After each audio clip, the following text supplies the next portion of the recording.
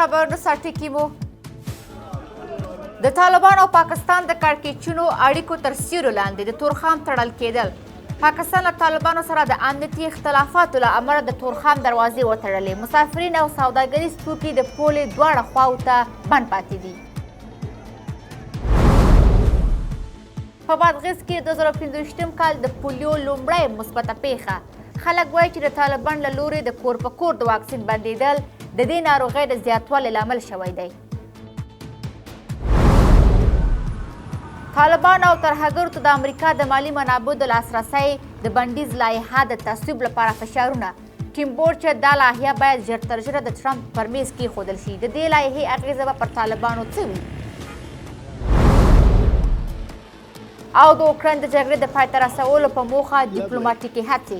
ټرمپ وایي چې د جګړې په پیل کې اوکراین ګرم و، خو دا جګړه باید د مذاکرې له لارې پای ته ورسیږي.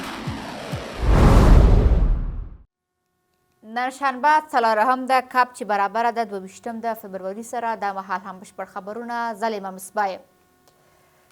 د تورخم دروازه له تېرې شپې راهیسې د تګ راتګ پر مخ تړل شوې ده. د پاکستاني چارواکو په وینا دغه دروازه د طالبان له لوري کرښې ته نږدې د نوي تاسیساتو د جوړولو له امله تړل شوې ده.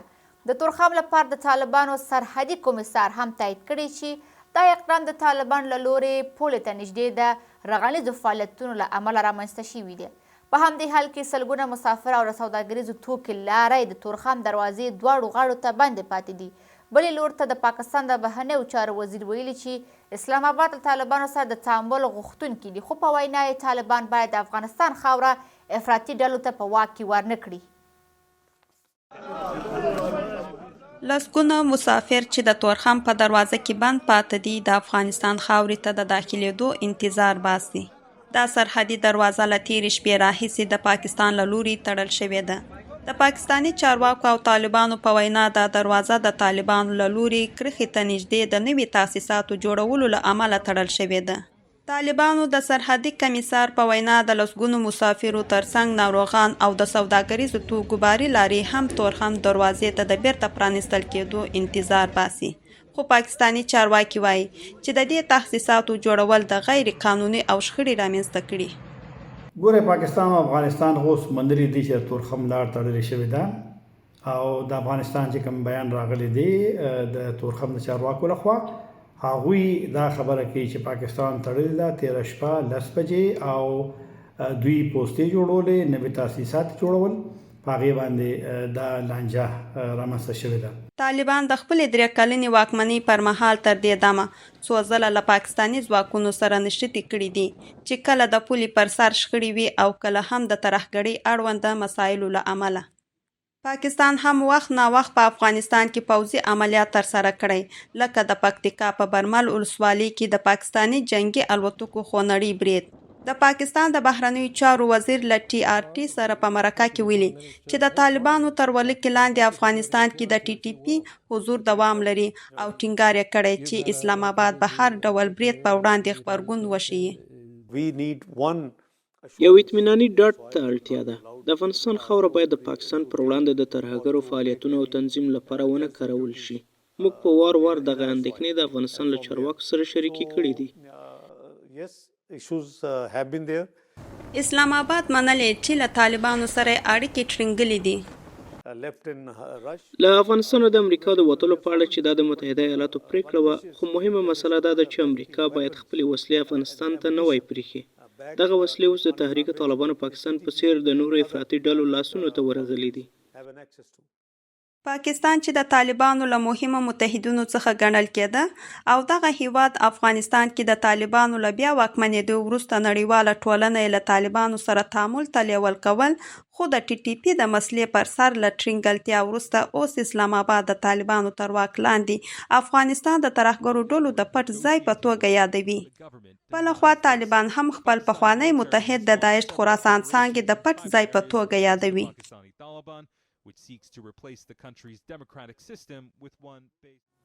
سیمه ییزې سرچینې وایي چې طالبانو نن سهار راهیسې په کابل کې د کورونو پلټنه پیل کړې ده.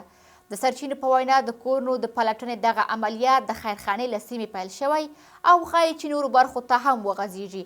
طالبانو تر اوسه د تلاشیو د موخې او علت په اړه جزئیات نه دي ورکړي، خو دا اقدام د کابل ښار اوسیدونکي اندېښمن کړي دي. ځینې خلک وایي چې دا پلټنې او تلاشۍ د ویرې او بې اعتمادۍ فضا رامنځته کړې. دا په داسې حال کې ده چې په وروستیو ورځو کې د طالبانو ترمنځ د اختلافاتو راپورونه ورکول شوي او په یو شمېر سیمو کې امنیتي پېښې هم شوي دي. بلې خوا د بشري حقونو سازمانونه مخکې له دې د طالبانو د محدودیتونو له زیاتوالي اندېښنه ښودلې وه.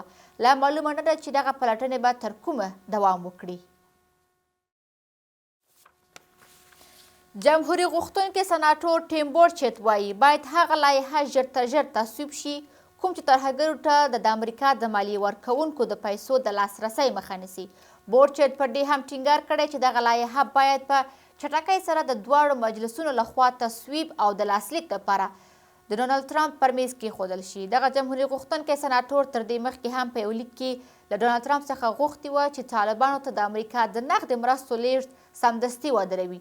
نوموړی همداراز ټینګار کړی و چې متحده ایالات باید خپل دښمنان د هیواد له پولې بهر له مالي پلوه تمویل نه کړي. په افغانستان کې د امریکا د نغدي مرستو ته د ترهګرو لاسرسي. د امریکا جمهوري غوښتونکی سناتور ټیم بورچېټ یو ځل بیا د هغې لایحې د تصویب غوښتنه کړې چې د ترهګرو ته د امریکا مالیه ورکوونکو د پیسو د لاسرسي مخ نیسي. دغه امریکایي سناتور پر ایکس پاڼه لیکلي چې باید دا لایحه ژر تر ژره د دواړو مجلسونو لخوا تصویب او د تشبیه لپاره د ولسمشر ټرمپ د میز پر سر کښېښودل شي. له ترهګرو د مالیه ورکوونکو د پیسې د ورکړې مخنیوي لایحه هغه لایحه ده چې امریکا له دې منع کوي چې د طالبانو تر ولکې لاندې افغانستان ته پیسې او مرستې واستوي. دغه قانون مخې له دې د یو ځانګړې لایحې په چوکاټ کې د امریکا د استازو مجلس ته وړاندې شوی و او دې مجلس د بایډن حکومت پر مهال دغه لایحه تصویب کړې هم وه. خو د بېلابېلو دلایلو له امله یې د سنا مجلس تایید ترلاسه نه کړ. که چیرې دا لایحه د امریکا د سنا مجلس لخوا تصویب شي نو د ولسمشر ټرمپ میز ته به واستول شي او در توشي وروسته به په رسمي قانون بدله او د عملي کېدو بهیر به یې پیل شي. خو یو شمېر کارپوهان د امریکا له لوري د طالبانو ته د نغدي مرستو د دوام څرګندولۍ او مخې په دې توګه بیانوي. بر اساس توافقنامه دوحه روابط بین طالبان و ایالات متحده آمریکا وجود داره و بخش زیاد از کمک‌هایی که به نام کمک‌های حمایت‌های بشردوستانه به افغانستان داده می‌شد در اختیار مستقیم طالبان خصوصا بخش نیروهای کشفی و امنیتیش قرار می‌گرفت. طالبان برخلاف ادعایی که میکنن که امریکا را شکست داده و با امریکا تعامل نداره از همان نخستین روز با امریکا تعامل داشته. د دې څرګندونو هممهاله د امریکا د متحده ایالاتو ولسمشر مرستیال پرون د مونخ امنیتي ناستې ته وویل چې د امریکا د مالیه ورکوونکو پیسې په افغانستان کې د تشنابونو جوړولو په برخه کې لګول کیږي او دې هیواد ته د مرستو دوام بې ګټې دی. د افغانستان د بیا رغونې لپاره د امریکا ځانګړی څارونکی په یو راپور کې ویلي چې د امریکا د 2021 کال د اکتوبر میاشتې راهیسې تر اوسه پورې افغانستان کې په بېلابېلو برخو باندې 21.6 میلیارډ ډالر لګولي دي. دغه ادارې همداراز ټینګار کړی چې طالبان د بشري مرستو په بهیر کې هم په پراخه کچه لاسوهنه کوي.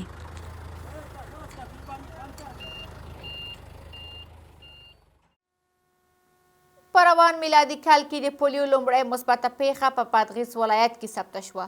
د بادغیس د عامې روغتیا ریاست د کلتوري معافیت مدیر وایي د بالا مرغاب ولسوالۍ د قرطاو په سیمه کې د نسیمې په نامه یو 15 کلنه نجلۍ د ماشومانو د ګوزن په ناروغۍ اخته شوې ده. بلخوا د هېواد یو شمېر وګړي وایي چې له هغه وروسته چې طالبانو د کور په کور د واکسین کمپاین بند کړ په افغانستان کې د پولیو ناروغۍ مخ په زیاتېدو ده او ګڼ شمېر ماشومان د دې واکسین له تطبیق څخه بې برخه پاتې کیږي. د روغتیا نړیوال سازمان د شمیرو له مخې په افغانستان کې 2023 کال د پولیو مثبتې پېښې د تیر کال په پرتله 4 چنده زیاته وه. د پولیو ناروغي سږ کال د افغانستان له لویدیځه پیل شوه. بادغیس ولایت هغه ولایت چې لږ تر لږه له یوه کال ډیره موده کې د ماشومانو د ګوزڼ ناروغۍ شاهد نه و. خو تازه یوه 15 کلنه ماشومه چې د دې ولایت د بالا مرغاب ولسوالۍ په کندهاري کلي کې اوسیږي د ماشومانو د ګوزڼ په ناروغۍ اخته شوې ده. طالبانو د 2024 کال په لومړیو کې په کندهار، هلمند او وروسته په نورو ولایتونو کې د کور په کور پولیو واکسین پر تطبیق بندیز ولګاوه. د طالبانو له دې پریکړې وروسته د روغتیا د نړیوال سازمان د شمیرو له مخې په 2024 میلادي کال کې په افغانستان کې د پولیو د مثبتو پیښو شمیره په بېسارې توګه لوړه شوه او په کندهار او هلمند ولایتونو کې د پولیو زیاتې پیښې ثبت شوې. په 2024 میلادي کال کې په کندهار کې د پولیو 12 پیښې، هلمند کې 8 پیښې، اروزګان کې 2 پیښې، پکتیکا، کونړ او نورستان ولایتونو کې بیا یوه پیښه ثبت شوه. د روغتیا د نړیوال سازمان شمیرې ښیي چې په 2024 میلادي کال کې په افغانستان کې د پولیو مثبتې پیښې د تیر کال په پرتله یې 4 برابره زیاته وه. د هیواد یو شمېر اوسیدونکي وایي چې کور په کور د پولیو واکسین د لړۍ بندېدل د دوی ماشومان یې له دې واکسین محروم کړي او د ماشومانو د ګوزڼ ناروغۍ د زیاتېدو اندېښنه یې ډېره کړې ده. یو شمېر نور بیا ټینګار کوي چې ډېری وخت په خپلو سیمو کې د واکسین د ډلو له راتګه نه خبرېږي او د دوی د ماشومانو روغتیا له جدي ګواښ سره مخ ده. وزارت صحت عامه و کمپاین واکسین خواهشمند هستیم تا با مشکل ما رسیدگی بتونن، چون که زمانی که در دوره قبلی بود خانم‌ها میومد پیش دروازه و طفلای ما رو واکسین میگرد، خیلی با ما سهولت و راحتی بود. حالا که در کلینیکا و در مساجد میگن طفلایتان بیارید خیلی بیروبار میباشه و توقع اوناس هم که میباشیم نمیشه، بسیار زیاد با ما مشکل است تا پیش مسجد ببریم طفلای ما در هوای سرد در خونه. وقتی که گرمی باشه مشکل نداریم میبریم، حالا که زمستان است هوا سرد است طفلا رو که بکشیم مریض میشه طبعا و بسیار زیاد با ما مشکل است. طبقه اوناز او بیروبار پیش مردها بره طفلای خود واکسین کنه و یک دوره میاد دوره قبلی نمیاد. ما بسیار زیاد در دچار ترس و هراس هستیم که خدای نخواسته اطفال ما باعث معلول و یا به سرخکار مواجه نشود. امیدواریم کمپین واکسین پولیو همیشه ادامه داشته باشه، اگرچه فعلا دسترسی به واکسین به صورت خانه وجود نداره، فقط در مساجدی کمپین صورت میگیره و ما امیدواریم که مثل سابق دسترسی خانه دوباره آغاز بشه تا کدام طفلی از واکسین جا نمونه. په بادغیس کې د پولیو د مثبتې پیښې له ثبت وروسته له پولیو د پاک افغانستان بنسټ په ایکس پاڼه کې لیکلي دي چې د پولیو د واکسین کمپاین به د روانې اونۍ په دوشنبې ورځ په افغانستان کې پیل شي. افغانستان یو له هغو هیوادونو څخه دی چې نه یوازې د پولیو ناروغي پکې له منځه نه ده تللې، بلکې په دې هیواد کې د دې ناروغۍ د پیښو زیاتوالی اندېښمنونکی دی. طالبان وایي چې دوی اقتصادي مرستیال چارو لومړی وزیر ملا عبدالغني برادر نن سهار د لوړپوړي پلاوي په مشرۍ ازبکستان ته تللی دی. د طالبانو د لومړی وزیر مرستیال د اقتصادي چارو دفتر په یو مطبوعاتي اعلامیه کې ویلي چې د دې سفر موخه د سیاسي، اقتصادي او سوداګریز اړیکو پراختیا او د پانګونې د راجبولو په اړه بحث کول دي.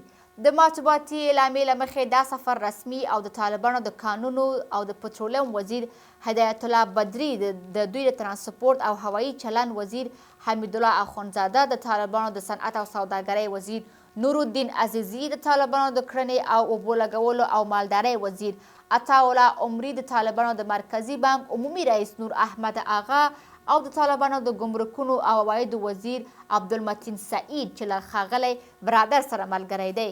دا سفر په داسې حال کې کیږي چې عبدالغني برادر د ملګري ملتونو د امنیت شورا د بندیزونو په لست کې دی. د سپینې معنی د ویان مرستیاله وایي چې د جو بایدن د ولسمشرۍ پر مهال د امریکا ځواکونه د ناسم وتلو له امله په افغانستان کې ښځې د طالبانو تر سخت فشار لاندې ژوند کوي او د دوی د منځنیو پیړیو له سیاستونو څخه کړیږي. اناکلي د واشنګټن پوسټ ورځپاڼې سره په خبرو کې ویلي چې په افغانستان کې د نجونو پر زده کړو بندیز هغوی له سختو شرایطو سره مخ کړي دي. د دې ورځپاڼې راپور ورکړی چې د امریکا په مرستو کې د نوي ورځو ځنډ په افغانستان کې د نجونو لپاره د انلاین زده کړو پروګرامونه د بندېدو له ګواښ سره هم مخ کړي دي. د سپینې ماڼۍ د ویان مرستیال د واشنګټن پوسټ ورځپاڼې سره په مرکه کې ویلي چې د طالبانو د سیاستونو له امله په افغانستان کې ښځې او نجونې له زده کړو او تعلیم څخه بې برخې شوي دي او له سختو شرایطو سره مخ دي. اناکلي دا څرګندونه د واشنګټن پوسټ د خبریال د هغې پوښتنې په ځواب کې کړي دي چې د امریکا د مرستو بندېدو له امله د ښځو پر آنلاین زده کړو د اغېز په اړه یې پوښتلي ول. نوموړي زیاته کړې چې له افغانستانه د جو بایدن په ناسمه توګه وتل طالبانو ته دا زمینه برابره کړه چې پر خلکو د منځني پیړیو سیاستونه تحمیل کړي. واشنګټن پوسټ راپور ورکړی چې له افغانستان څخه د امریکایي ځواکونو تر وتلو وروسته طالبانو د نجونو پر مخ تعلیمي او تحصیلي مرکزونه وتړل. له همدې امله ډېرو نجونو او ښځو د انلاین پروګرامونو او بهرنیو تحصیلي بورسونو له لارې خپلو زده کړو ته دوام ورکړ. خو د امریکا د نوي ورځنیو مالي مرستو له بندېدو سره دغه پروګرامونه د بندېدو لږ وخت سره مخ دي. په همدې حال کې یو شمېر هغه زده کوونکي چې له تعلیم څخه محرومې شوي وایي چې د انلاین زده کړو فرصتونه د دوی لپاره د زده کړې وروستۍ هیلې دي او که دا هم وتړل شي دوی به له سختو روحي فشارونو سره مخ شي. بعضی از صنف‌های آنلاین بود که اشتراک می‌کردیم و فعلا هم بعضی از صنف‌ها جریان دارد. این آخرین امید ما برای تحصیل است. امیدوار هستیم حمایت از تحصیل زنان و دختران افغان و برگزاری کلاس‌های آنلاین حداقل از برنامه‌های سیاسی تاثیرپذیر نشود و ایالات متحده و سایر کشورها در اهدای بورسیه‌های تحصیلی و برابر کردن شرایط تحصیل آنلاین به زنان و دختران در افغانستان کمک کنند. د روانې میلادي میاشتې په پیل کې د اسلامي همکاریو سازمان د نجونو د زده کړې په اړه په یو نهه مخیزه پرېکړه لیک کې د نجونو پر زده کړو بندیز د ښځو پر وړاندې تبعیض او د اسلامي ارزښتونو تحریف وباله. د اسلامي نړۍ د عالمانو او د اسلامي همکاریو سازمان په اعلامیه کې راغلي چې د نجونو د زده کړې محدودول د دیني اصولو ناسم تعبیر دی چې د تبعیض پر بنسټ سیاستونه توجیه کوي. خو د هېواد یو شمېر وګړي وایي چې طالبان لا هم دغه موارد له پامه غورځولي دي.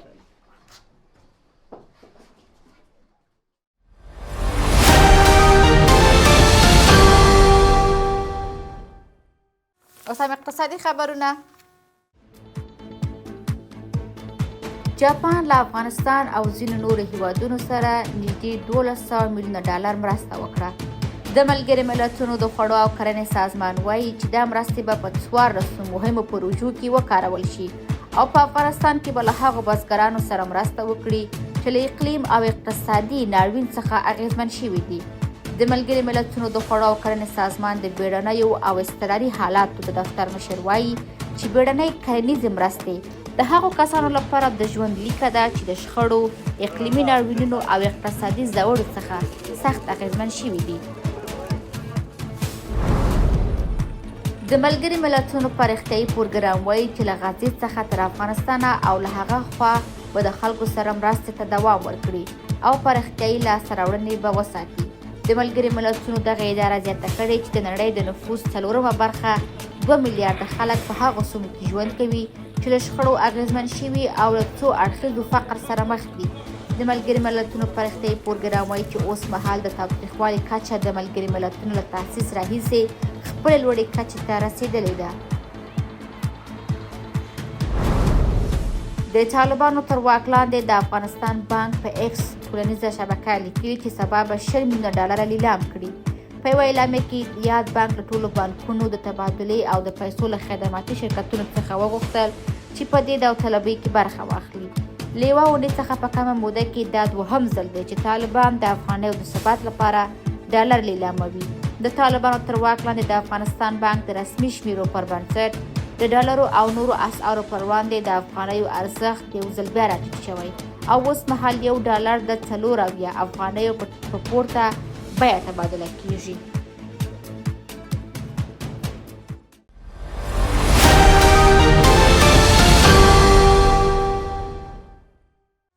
نن هم د افغانیو پر وړاندې د بهرنیو اسعارو بیه یو امریکایي ډالر 3.4 افغانۍ، یورو 15.38 افغانۍ، زر نیلر 1.7 افغانۍ، زر هندي روپۍ 296 افغانۍ، د درهم 900.4 افغانۍ او زر پاکستاني روپۍ 255 افغانۍ.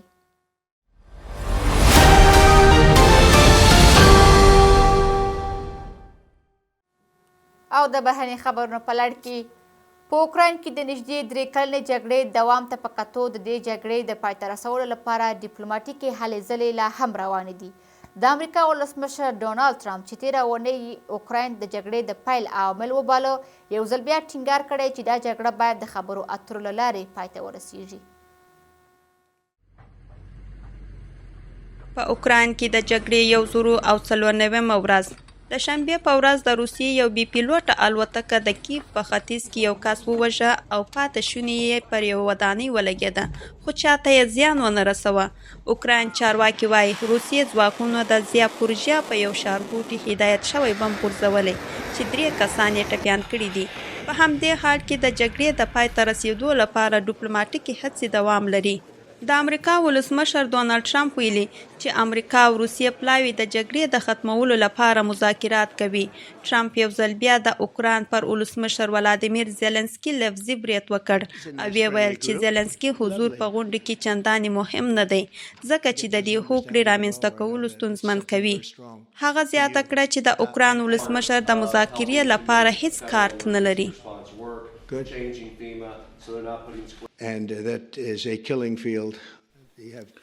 هر اونۍ زرګونه ځوان سرتیري وژل کیږي او موږ باید دې ته د پای ټکی کېدو.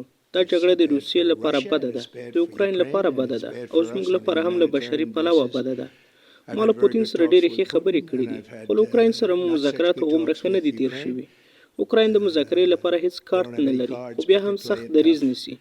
خو موږ نه غواړو چې دا جګړه دوام ومومي. دا جګړه وحشتناکه ده. د امریکا د متحده ایالاتو ولسمشر ټینګار کړی چې د اوکراین جګړې د پای ته رسولو لپاره کیف باید له واشنګټن سره د خپل معدني سرچینو پر سر هوکړه وروستۍ کړي. په همدې حال کې اوکراین رسنیو راپور ورکړی چې امریکا له اوکراین څخه د معدني زیرمو د نفت و ګاز بندرونو او نورو زیربناو سرچینو د انحصاري حقوقو غوښتنه کړې ده. له دې سره د اوکراین ولسمشر وایي چې د واشنګټن او کیف ټیمونه د دواړو حکومتونو ترمنځ د هوکړه لیک د مساویدې پر سر کار کوي. د اوکراین او متحده ایالاتو ټیمونه د خپلو حکومتونو ترمنځ د هوکړه لیک د مسودې پر سر کار کوي. دا هوکړه کولی شي زموږ اړیکې لا پیاوړې کړي. له دې وړاندې ډونالد ټرمپ ویلي وه چې واشنګټن اوکراین ته شاوخوا 300 میلیارده ډالر مرسته کړې او اوس دا هیواد باید واشنګټن ته 500 میلیارده ډالر ورکړي. په همدې حال کې د اروپایي ټولنې مشرانو ټینګار کړی چې د امریکا او روسیې ترمنځ د مذاکراتو کې باید کیف هم حضور ولري. او د نړۍ په نورو سیمو کې بیا حماس د شنبې په ورځ 6 نور اسرائیلي یرغمل شوي خوشي کړل. 2 یرغمل شوي کسان په رفح کې یو په مراسمو کې د سره صلیب نړیوالې کمیټې ته وسپارل شو. 3 یرغمل شوي کسان په نصرات کمپ کې په یو مراسمو کې او 4 یرغمل شوی کس په غزې ښار کې پرته له کوم مراسمو د سره صلیب نړیوالې کمیټې ته وسپارل شوه.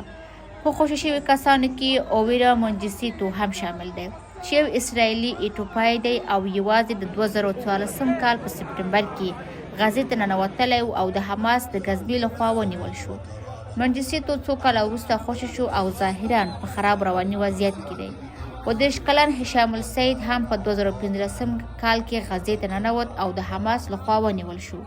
راپور ورکول شوی چې د اسرائیل اتباع د اسرائیلو له زندانونو څخه د 602 فلسطینیانو د خوشي کېدو په بدل کې خوشي شوي دي. دا په داسې حال کې ده چې د شیري بیباس کورنۍ اعلان کړی چې عدلي ډاکټر د شیري بیباس د جسد هویت تایید کړی دی. اسرائیل پر حماس تور لګولی و چې د پنجشنبې په ورځ یې د شیري پر ځای د بل کس جسد سره صلیب ته سپارلی دی. حماس د جمعې په ورځ یو بل تابوت د سره صلیب کمیټې ته وسپاره او د شنبې په سهار جسد د اسرائیلو عدلي طب ته یوړل شو. د ملګري ملتونو امنیت شورا له رونډا څخه غوښتي چې د M22 یاغیانو ملاتړ ودروي او خپل ټولو ځواکونو له کانګو څخه پرته له کوم مخکینی شرطه وباسي. د M23 یاغیانو په کانګو کې 2 لوی ښارونه نیولي دي. رونډا د M22 د ملاتړ تورونه رد کړي او ویلي دي چې دا اقدام یې د ځان د دفاع لپاره کړی دی. په عین حال کې تر اوسه پورې 40 زره خلک برونډي ته بېځایه شوي دي. له بلې خوا د حکومت پلوي ملیشو یو ډلې د M23 په وړاندې د جګړې لپاره خپل چمتووالی اعلان کړی دی. د M23 ډله د توتاسیانو څخه جوړه شوې چې په 1994 کال کې په رونډا کې د هوتو خلکو لخوا قتل عام شوي وه. دا ډله وایي چې د دوی برید د هوتو قوم لخوا د توکمیزو ډلې د متوجه ګواښ د نښه کولو لپاره دی.